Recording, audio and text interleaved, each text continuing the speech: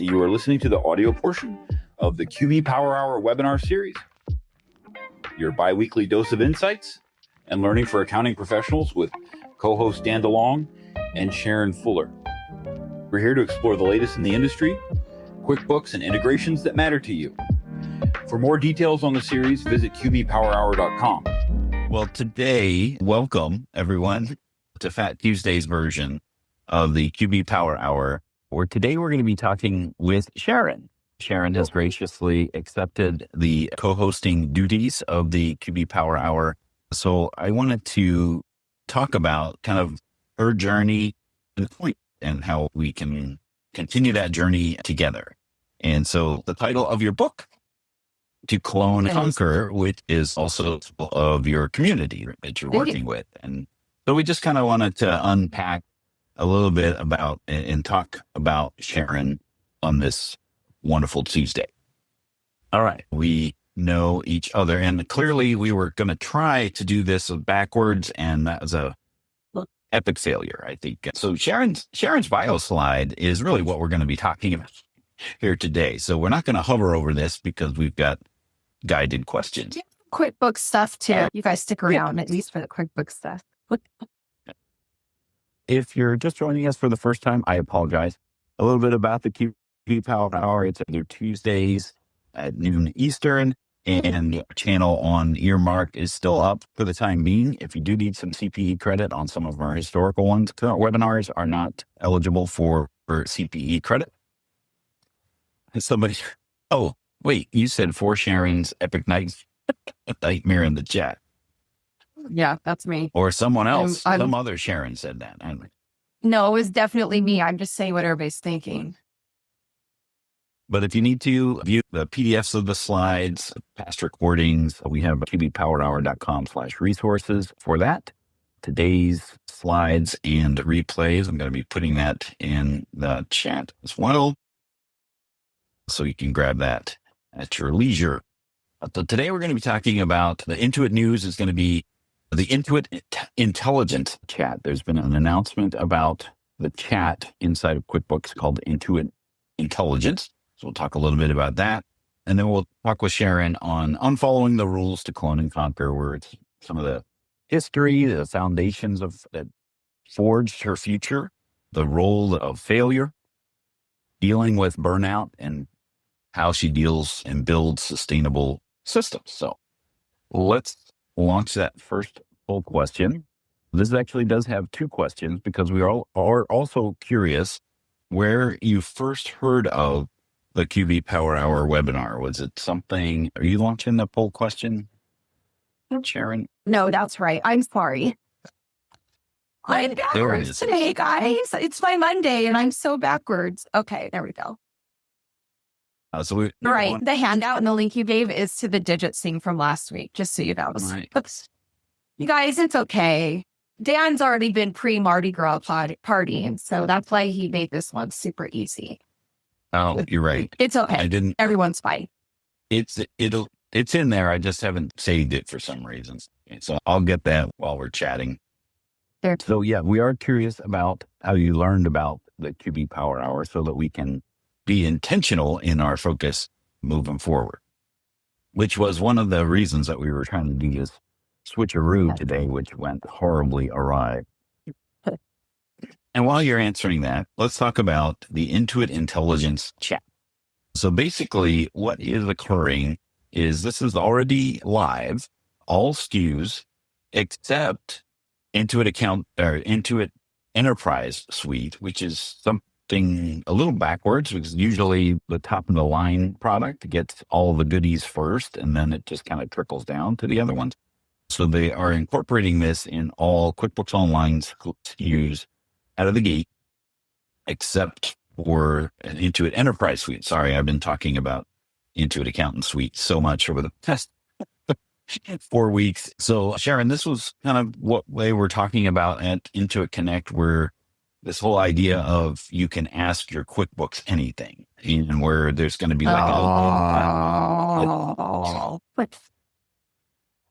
wait a minute. I have opinions. You guys, I won't get into it, but I did the AFW and the treasurer for the AFWA this year, and the books have not been done in a year. I got in and I was like, QuickBooks, I got this, no problem. I have never wanted to I was yelling. My husband comes in, he goes, what are you yelling at? I'm like, QuickBooks. It was so bad. I turned off everything smart. It was stupid. It was making more time. I had to turn it all off. It took more time. So I have zero faith whatsoever in this. Go ahead, Dan. Tell us about these amazing new features that Intuit's bringing to us. Well, it's an interesting thought that you experienced it and you immediately turned it off, right? I tried. Well, I tried. I'm very tech savvy. I'm super automation. I automate everything, but that was not it. And I guess let me just kind of talk about what this is and really what it's not. Is that what will ultimately occur is on your home screen, you'll have what looks and appears like a Chat GPT question, right? Where you can just say, ask me anything. It'll look very much like your Chat GPT in QuickBooks Online because it kind of is, because as we talked about in the past, Intuit, how did... Is this Greg? Okay, so Greg is logging in as me somehow. Hey, Greg, you are now a co-host. Yeah, I am. All right, Greg, how did... It is me. We need to demote the Sharrin Fullers that don't say co-host because somehow 4 people are logged in as me, but I don't know. I want to actually turn on their cameras and see who they are. All right. Greg, I'm turning on your camera. Okay. So where are you socializing your panelist link? I don't even, I'm telling you, and look, who is telling you, who just said that? Greg, that was Greg. Let to rejoin. He's still showing as me. That's so funny. You guys, I know you can't see this and what we're laughing at, but I am in here 1, 2, 3, 4, 5 times as a co-panelist, which means 4 of you are somehow logged in as me, which is the weirdest thing. I have a password. I have 2FA. This is a glitch. I want to turn off all those turn on all those cameras. It's you. Oh. No, go away.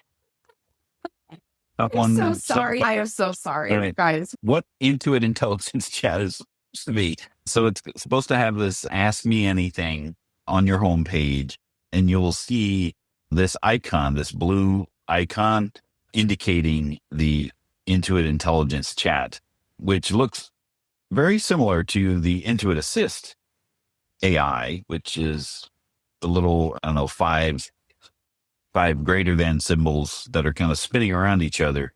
But the Intuit Intelligence Chat is the radiating blue with the eye somewhere embedded inside of it. So if you are seeing this, which I was looking for it I was digging through QuickBooks trying to find it.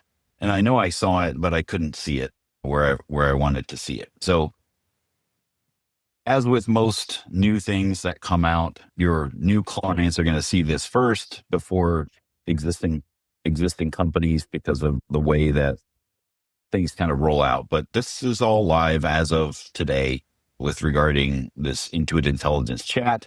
The idea is that you're able to ask 25 questions per month. If you need to ask more questions than that, then they will charge you $10 per 100 questions.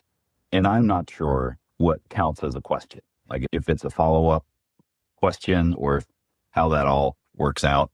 But it should open up a sidebar so that you can have this conversation going with your QuickBooks, as well as the screen that you happen to be on in case you're looking at a report or something along those lines. So look for that, but it's going to have that icon, that gradiating blue icon, not the Intuit Assist icon. So if you see that around, then that's what we're talking about. Play around with it. You have 25 questions to ask each month. So let's get back to following the rules to clone and conquer. So Sharrin. But Sharrin, there are 4 of us. There are 4 of us here. Yes, the Sharrin that has her camera on. I'll ask. 5. There are 5 of us. There's One not- of them may be more entertaining, but go ahead. Now, as I was reading your book, I ultimately had Snoop Dogg read the book to me through my Speechify, which I would highly recommend. It's not a great Audible is typically the way that I consume books, but unfortunately, Sharrin didn't have it on Audible yet. So I wanted to find a way to have somebody read it to me that didn't require them reading the book. I found this application called... You're going to have to give me some snippets of that for social media. With something like that's like super professional. Like I want to hear Snoop talk about rippling or send me the app. I'll do it myself. Yeah. It's now he doesn't... And I will eventually put it in Audible with my own voice so I can read it in my sarcastic tone. I think that's a splendid idea because I love when, there's books about people that are read by that person. And to have you being the voice behind the Audible part of your book, I think is a great idea. But as I was reading it, I was immediately captivated by, we're kind of like the same person. We do look alike, right? we're... Dan, you're a lot cooler than I am. I'm going to tell you that. It would confuse us if we were standing next to each other. But 100%. At the age of 10, I started a paper route. So talk about the whole paper route thing and what you ended up learning with regards to having your own paper route and why you started. Oh, man. So I started my own paper route because my dad and mom got divorced. My dad got remarried. We had yours, mine, and ours. And there wasn't money. And I wanted my own money. And what I learned at 10 years old is that if I have money, I can do whatever I want. I don't have to ask to go in places. So I thought, okay, what can I do? Well, at 10 years old, you've got one option, paper route, which is slave labor back in 1990. By the way, you don't get a day off. We have to find somebody to do it for you. And it is every stinking day, regardless. They don't care. So by the way, slave labor, I think I made $50 a month for working every day of the month, 2 to 3 hours a day. But again, that taught me how it feels. First of all, to have my own money, to budget my own money, to buy what I want. Second, to be in charge of my own destiny, right? Like I had to wait. There was nobody, the papers got dropped off on my lawn and I had to take care of it. If I don't do it, I didn't have somebody behind me barking. I just had to be motivated enough to do it. It taught me that. And then as you read, you had to collect the money. You had to go door to door. You had to ask for money. You had to be responsible for if somehow one of your butthead friends followed behind you when you're delivering papers and threw a paper on the roof, that comes back at you, right? So you learn all those things right away. And I was addicted from that point forward. I was addicted to making money. I was addicted to being my own boss. I was addicted to setting my own rules. I was addicted to finding the best way to do things that other people were doing. So that's what I learned at 10. Yeah. And there was so much independence, but also dependence. But that came with that, right? You had deadlines, right? Like if you were late, right? Because you had to get there by 5 o'clock if it was afternoon. And hopefully you didn't have a morning paper route because you had to be there before school and 8 a.m. or something like that. Especially on the Sunday, which was huge, these huge monstrosity Sunday papers with all the comics. What city did you live in that you delivered papers? The paper was the Reading Times. So it was. Yeah, but what, Reading, California? Reading, Pennsylvania. Oh, terrible. See, I was at least in Southern California. Right. Like we didn't have weather.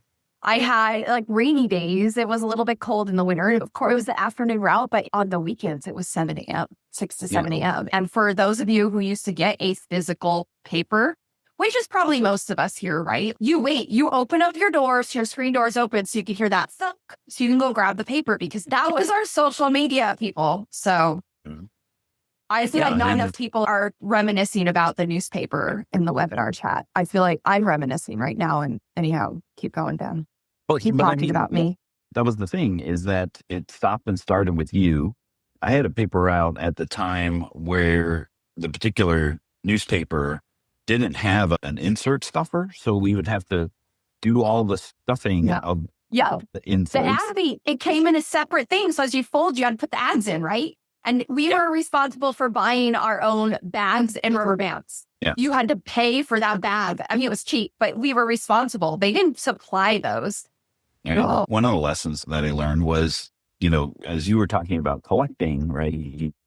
That's where you built your relationship with your customers, is that Absolutely. face-to-face contact with them. And as it would have been a whole lot easier for them to pay at the office, right? They pay for their newspaper instead of waiting for this, 10, 11-year-old to come around with a ka-ching machine. I don't know what those things are called. Then I threw the checks in. Yeah. You took checks.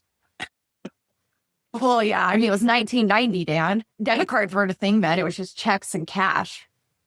Credit But cards you had to know who preferred to be collected at the beginning of the month, at the end of the month, weekly, monthly, whatever. You had to make all these little notes on your little that's where my card. efficiency came to place. I went door to door one day with my papers. One day I put a thing in and said, I collect on this day and this day between this time and this time. If you cannot be here, please leave your check on the doormat. That's where I was efficient because I'm like, I'm not doing this back and forth. I will be here. These 2 hours, aside from that, you mail that sucker in. But you wanted to go door to door because when you show up with little pigtails and they see that their newspaper delivery girl is 10-year-old with that pink bike and a little basket, they kind of feel really bad and they give you extra money. Right. Keep the change.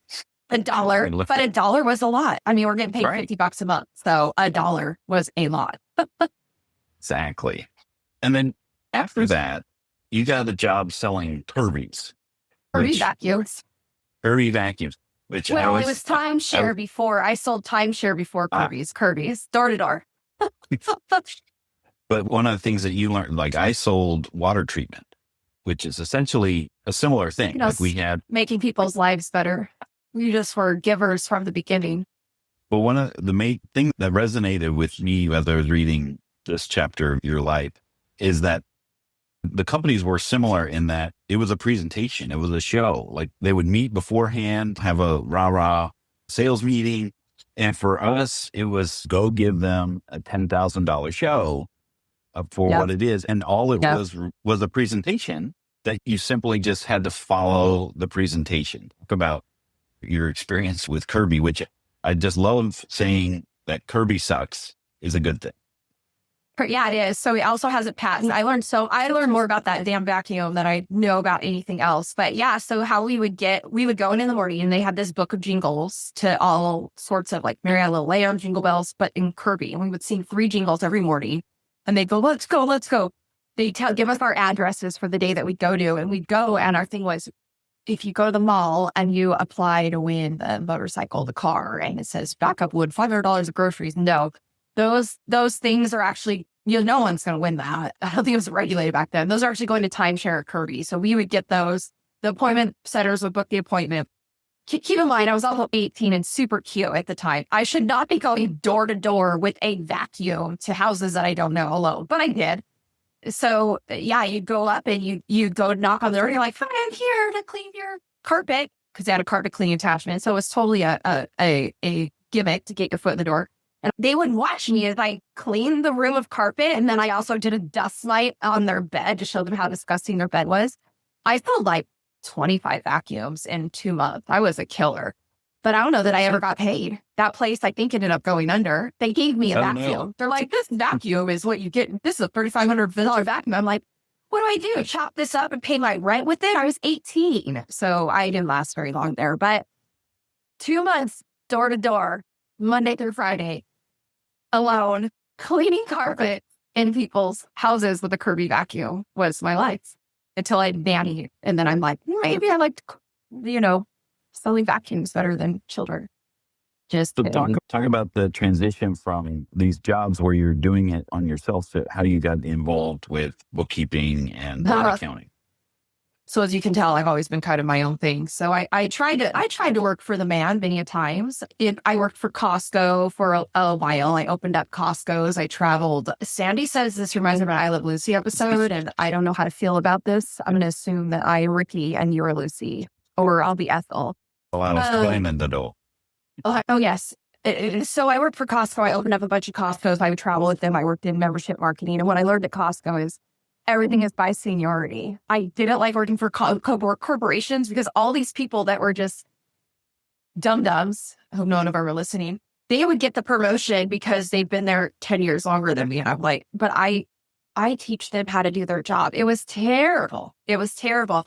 So I ended up getting my manicurist license. I'm actually a licensed manicurist in 3 states. Ended up buying a salon. When I bought my salon, that's where I'm like, oh, look at this. I have employees. I have payroll. I have taxes. What does this mean? I knew nothing. I'm just like, oh, I'll just own the salon that I do my nails in. It'll be smarter. I'm here anyways, right? That's just an industry that I just don't even want a part of. Anyhow, got divorced, sold it, moved to California. Again, I was in Washington at the time. And then I got back into computer sales. And then I hated that. Oh, no, there's a story behind that, but it's not my book. I'll tell you later, Dan. Ended up operations manager for a cold storage company. And again, I didn't know what I was doing. A lot of these times I faked it till I made it. And when I was there, I did everything, books, operations, everything. And the owner came to me one day and he's like, hey, I'm going to be retiring. I'm letting this all go. And I was like, oh my God, what am I going to do? I can't go back to working for the man. I don't do good. So each of the people are like, I would love to hire you, but I only got like 5 hours a week worth of work. And I'm like, cool. So I started my first company, a simple office solution. And my tagline was your mobile office manager, because I lived in San Diego and I did not want to sit behind a desk. I wanted to work when I wanted to work. I was 25. My whole goal was to work as least amount as possible, go to as many bars as possible, right? I'm 25. And this new job condone that. So on Mondays, I'd go drive around everybody's office, pick up their stuff. I'd install log me in on their computers. I'd go home and within the next week, I'd have it already, go back, file, print out the checks, go home and do the work. So I kind of just learned, I taught myself. I just knew I had to do it. And then just as I grew in my career, working with tax accountants, CPAs, going through audits, all these things, I just picked it up really, really, really, really easy. Keep in mind, there's no school in any of this. I decided school just paid high school and I couldn't do it and I was too impatient. That's where I ended up until I grew up to a fractional, started from office management and bookkeeping, light bookkeeping, to fractional CFO controller services, start in the VC back startups specializing in software. That's quite the journey. But you built something that somebody else wanted, and then you ended up finding someone to acquire it. But that was kind of like by accident, right? I mean, you weren't looking. Well, I didn't know I had any. I worked in M&A a lot because a lot of my clients were, like I said, VC-backed startups, and they all have investors, and their whole idea is to sell or be acquired. So I sat through so many acquisitions in that world. And so I knew everything up to the point of the sell, and I was on it, right? I was on it. Perfect. We would just sell through due diligence. It would take like no time. But I never knew what happened after the fact, which kind of gets me to where I am today. I didn't know. I honestly was just getting ready to write something up to where I will the company to my employees and my husband still gets some sort of salary in case I passed away. And then I got 3 offers for my company in 1 year. And I was like, wait a second, this is a thing. People want to buy what I've created, which was just crazy to me. Yeah. And there's a good chapter about this whole period of the first acquisition that you went through for your firm of SOS and the learning that you had with that. And ultimately, you have this really great section where you talk about the failures that you had. Oh, I list 7 good ones. I list 7 big failures, like big ones. Like what was one of them, like $30-some thousand. And then we got the guy, he had to go bankrupt because we had to turn him to the IRS. It was crazy. But I love this quote from Mark Twain, which I assume is from Mark Twain, but that's what AI said. Is that dash good Michael, decisions, Mark Twain dash Michael Scott. Good decisions come from experience, but experience comes from making bad decisions. Absolutely. And I remember someone, I was working with them at Intuit. They sent me a care package because of the help that I gave them. They appreciated it. And I said, as long as it's not ticking, I don't care what you send me. But it was kind of like a Spencer's gift. And I opened it up, and the first thing was a refrigerator magnet that said, always make new mistakes. And it really resonated with me because mistakes are okay and failures are okay. As long as you're making new ones, then you're not just repeating the same mistakes over and over and over again. Yeah. Well, that's insanity. Doing the same thing over and over again and expecting different results. Don't do that. So the some of the takeaways that I saw from your book is learning from your failures. You have this innate gut instinct that you follow and it has served you so well. Did that come from somewhere where you are what kind of guided your mindset as far as like trusting in your gut and learning from your failures? So I'm the oldest of 5 and from a divorced home where when my dad married my stepmom sucks. So we were kind of I was led to take care of everybody. So I kind of had to be an adult from a young age. And what I learned is I was protective of my brothers and sisters. So instead of them going to do something, I'd go and do it. Right. And I would know, okay, don't do that again. You just saw me do that. Don't do that. That was a bad idea. And it kind of made me think about, do you remember they used to show like those Lifetime shows that were like teaching kids what not to do. And I remember there was this one about touching the stove and they're like, don't touch the stove. Maybe it was a commercial. I don't know. I was young. Was it the one with the pan that was a cartoon? And anyhow, something that triggers my mind about touching a stove. And they said, don't touch stove. And the kid touched stove, burned their hand. They're like, I told you not to touch the stove. And I was like, yeah, but the kid was curious. And I've always been genuinely curious. I've been anybody that knows me, devil's advocate, right? You give me a situation and I immediately play the opposite side regardless, just because I want to know and then I can form an opinion. So it's kind of where it came from. But if you failure is normal. It's life. It's how you learn. It's how we grow. Right. It's if you keep going, if you get back up, just get back up and don't do it again. You just learned that didn't work. Or maybe it sort of worked and you did something, just keep getting back up. And I've always been a very motivated person, self-motivated. Not that it's anything bad, but I've never needed Tony Robbins or anything like this. I've just always been, let's go, let's do this. So failure honestly motivated me. And I say a lot of times people hear me say, I don't fail. And that doesn't mean that I haven't done something wrong and learned. It means I don't see my failures as fails. I see them as growing experiences. So I don't fail. If I have a goal, I will get to that goal one way or another. I will trip and fall, bust my knees 20 times getting there, but I'm going to bandage, get back up and keep going. I'm getting to that goal. And I think that's where it's scary as entrepreneurs, business owners. It's scary because when you fail, everything's on you and everything drops and there's no one there to help you get back up, but you just got to do it. Yeah. Like I remember from my going door to door experience, we categorized everything. They weren't home. They said no. We called them RTLs. They refused to listen. But the whole idea was you got to get to the no through the no's in order to get to the yeses. Because if everybody said yes, then everybody would be doing it and it wouldn't be as difficult. So you got to get through those stumbling blocks in order to move forward. Right. Yeah. So let's talk about burnout because you had some stories dealing with burnout and being overwhelmed because all this pressure of being, the buck stops with Sharrin. Yeah. Talk about some of those experiences. Well, first and foremost, on Thursday, I'm actually doing a Rippling HR roundtable about burnout, and it's free. So if anybody wants to join that, go look it up. It's all over my social media. It'll be a good one. Burnout comes from being scared. That's all I can attribute it to. You're too scared to let go. And you burn out because you've got too much on your plate. You can't get it done. You're overwhelmed. And the way to fix that is to get rid of that overwhelm, right? To hand it off. But why don't you hand it off? Because you don't have anybody to hand it off to. You don't know who to hand it off to. If I hand it off, I'm going to lose control. So burnout is completely aligned with being scared. And that's where you have to, when it comes to burnout, you have to see what's on your plate and decide what you want to do. That's what I like to do.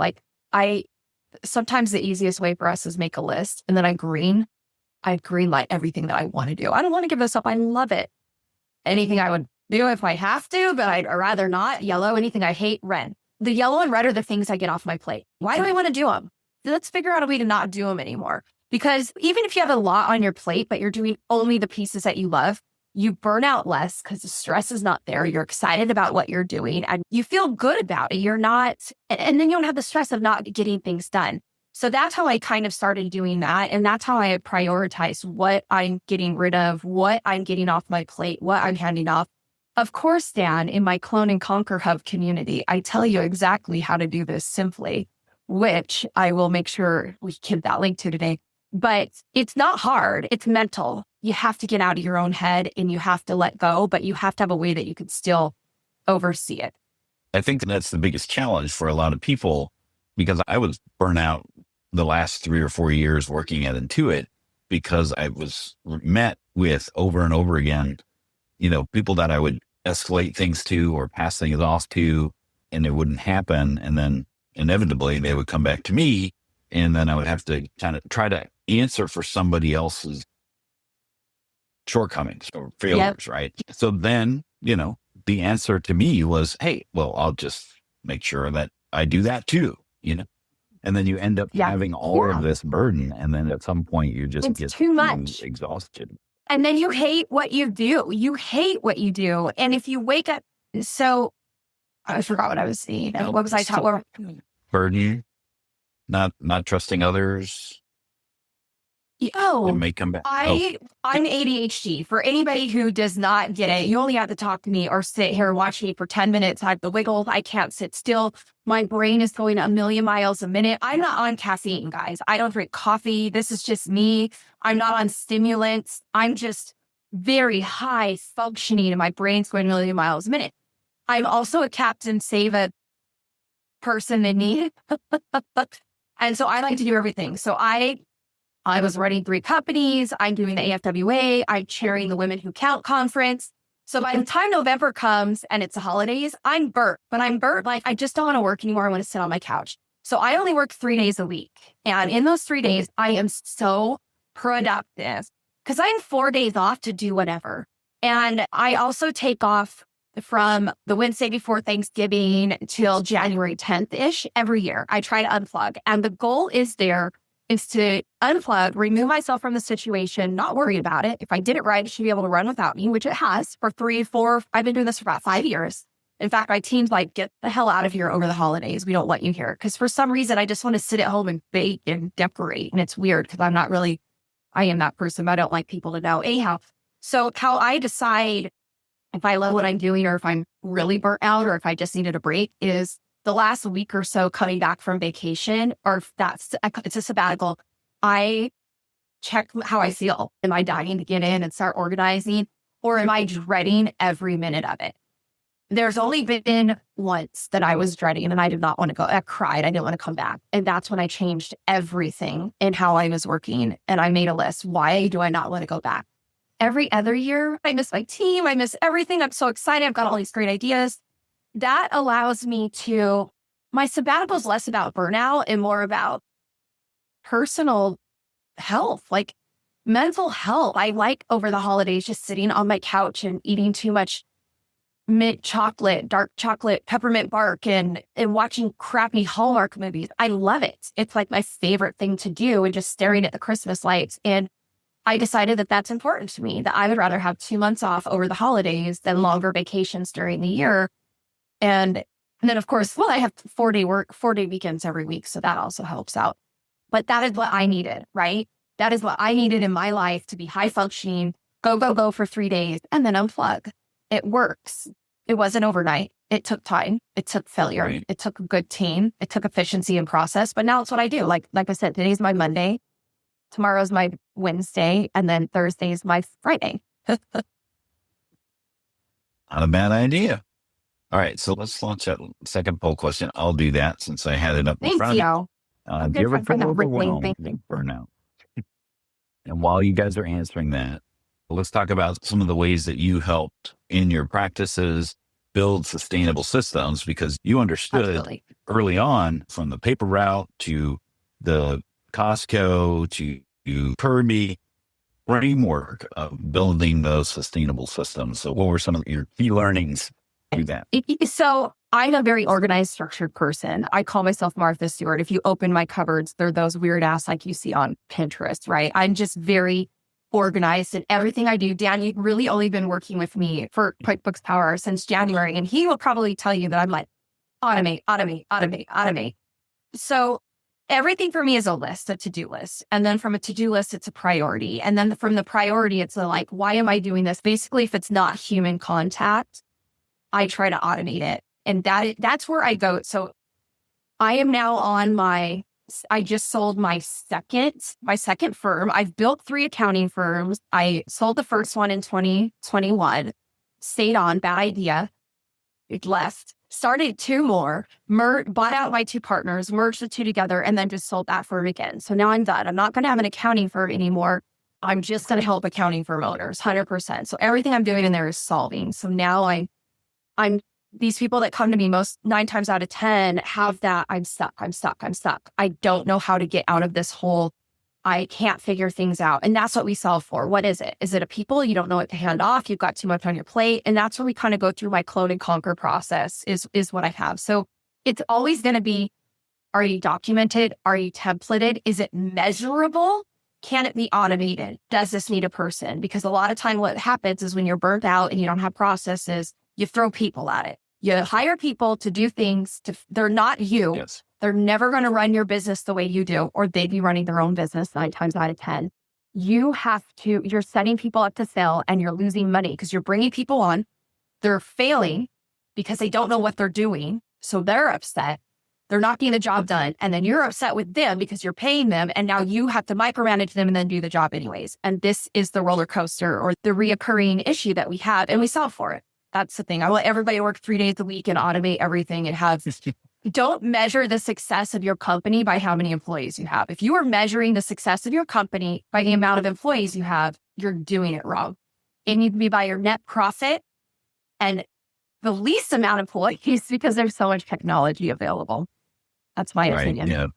People are not processes. And that's what a lot of people do, or a lot of companies will do, is they'll throw a person at a process because they don't want to do it.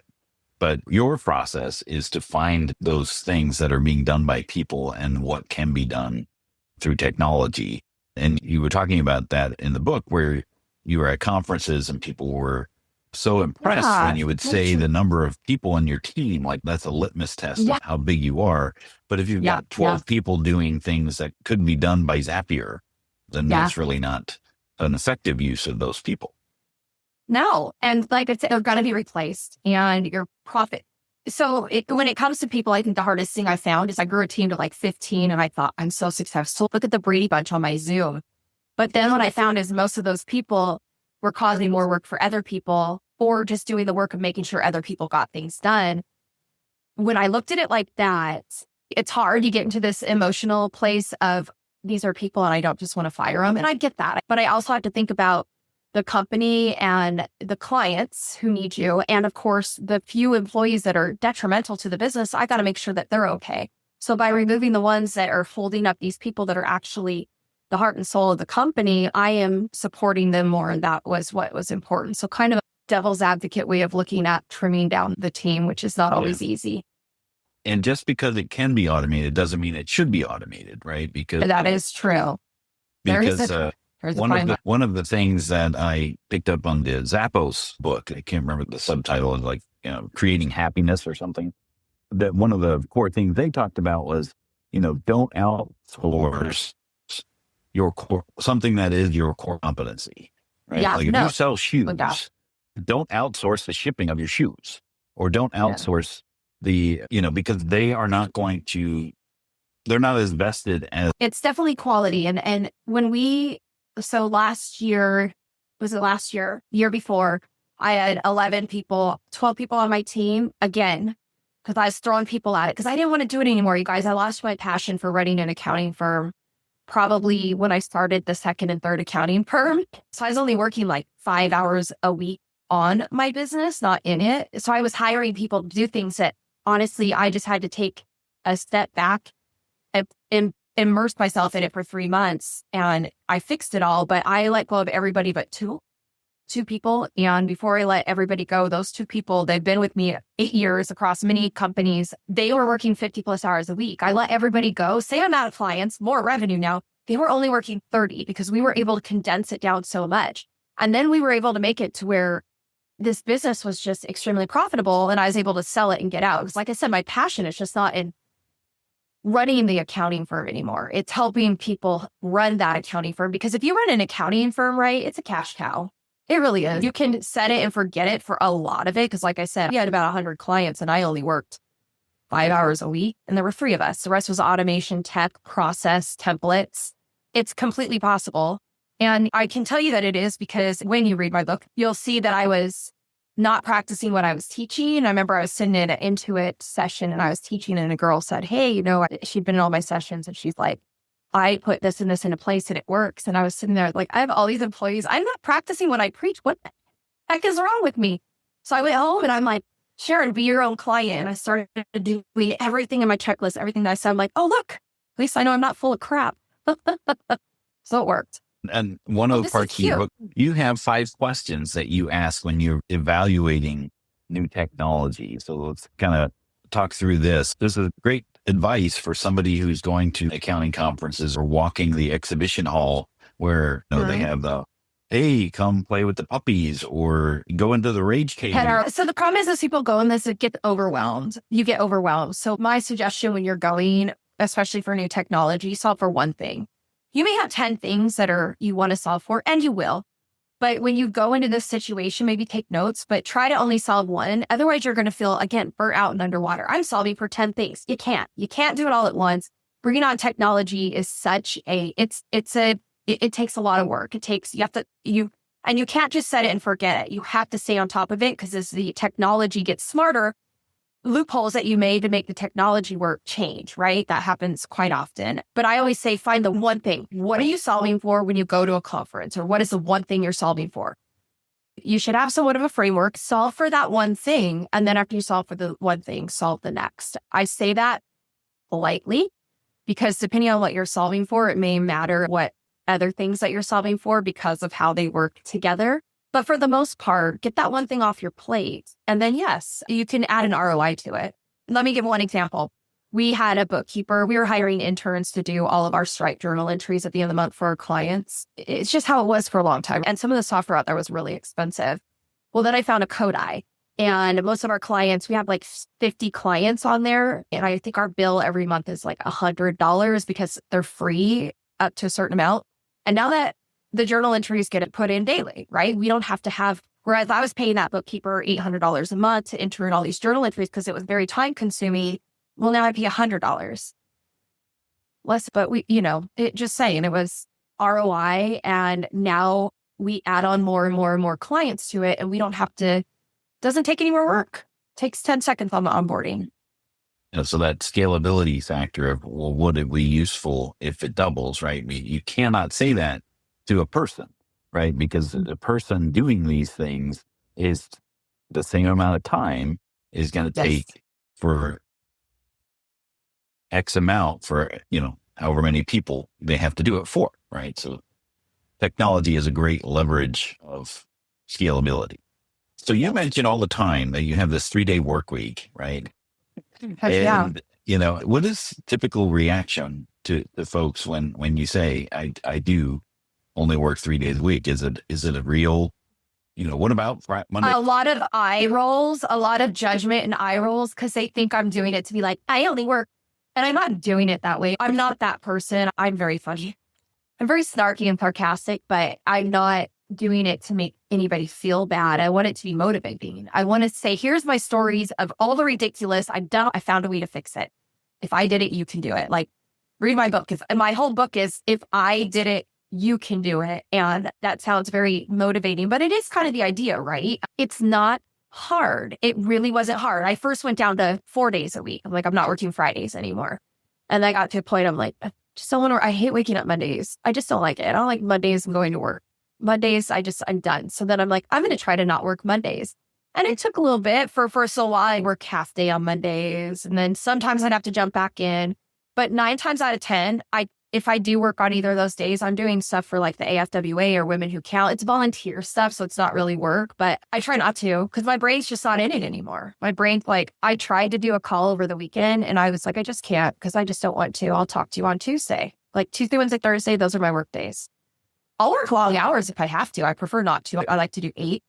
But if I have to work longer on those days, I don't care. My brain's in it. The other 4, it's not. So. So all of your learnings has turned into the clone and conquer method. So let's talk about this, how you teach others to be like Sharrin.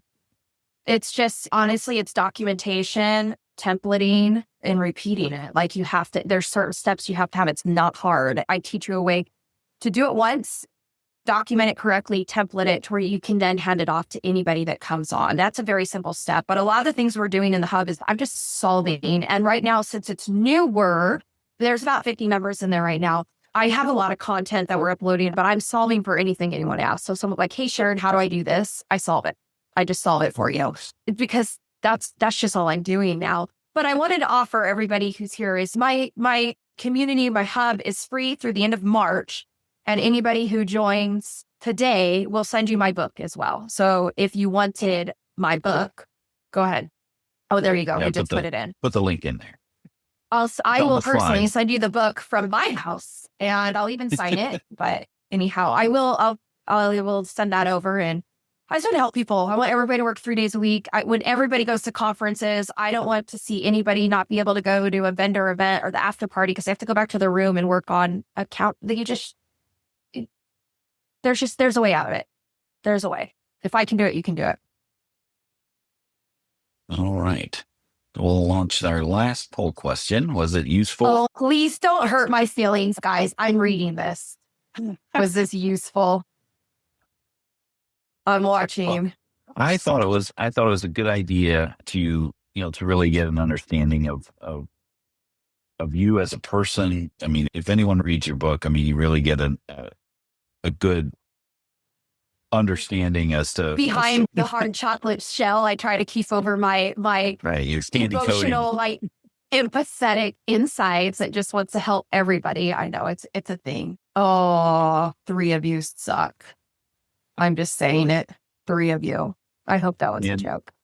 We appreciate you sticking through our challenges that we had this morning, launching the webinar, running a little bit late. Those are the challenges of having a live webinar. But next time one of the things that Sharrin is helping me do is we're creating categories of things at the QB Power Hour. So we are going to be doing a series, and we have been doing a series of quarterly Intuit updates and those types of things. But now we're kind of putting a name to it, and we're going to be calling it the Open Tab.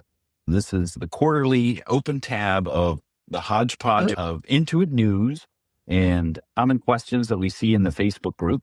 So we'll be talking about that next time on the QB Power Hours. We appreciate you joining us today. Yep. Sharrin, lovely to see you and lovely to... Thanks for having me, Dan. Right. And everybody, if there's something you would like us to hear or you want to hear about, because we are segmenting, we're going to start doing the grass is greener and talking to other programs outside of QuickBooks. But if there's something you really want to hear, throw it in the Facebook group or message Dan or I personally, and we'll make it happen. We're working on this year's content right now, and we want to make sure that it's valuable to you. Yeah. So let us know. So hopefully everybody has a great Fat Tuesday. If you're eating Fosnox or whatever you do to celebrate Fat Tuesday. And we will see you in a couple weeks on the QB Power Hour. Hope everybody has a great day. Thanks so much for tuning in to the QB Power Hour podcast. If you enjoyed today's episode, please take a moment to support our amazing sponsors. You'll find them listed on our homepage at qbpowerhour.com. And if you're getting value from the show, we'd love it if you left us a review wherever you get your podcast. Your feedback helps us grow and reach more accounting pros just like you. Until next time, keep powering up your practice with QB Power Hour.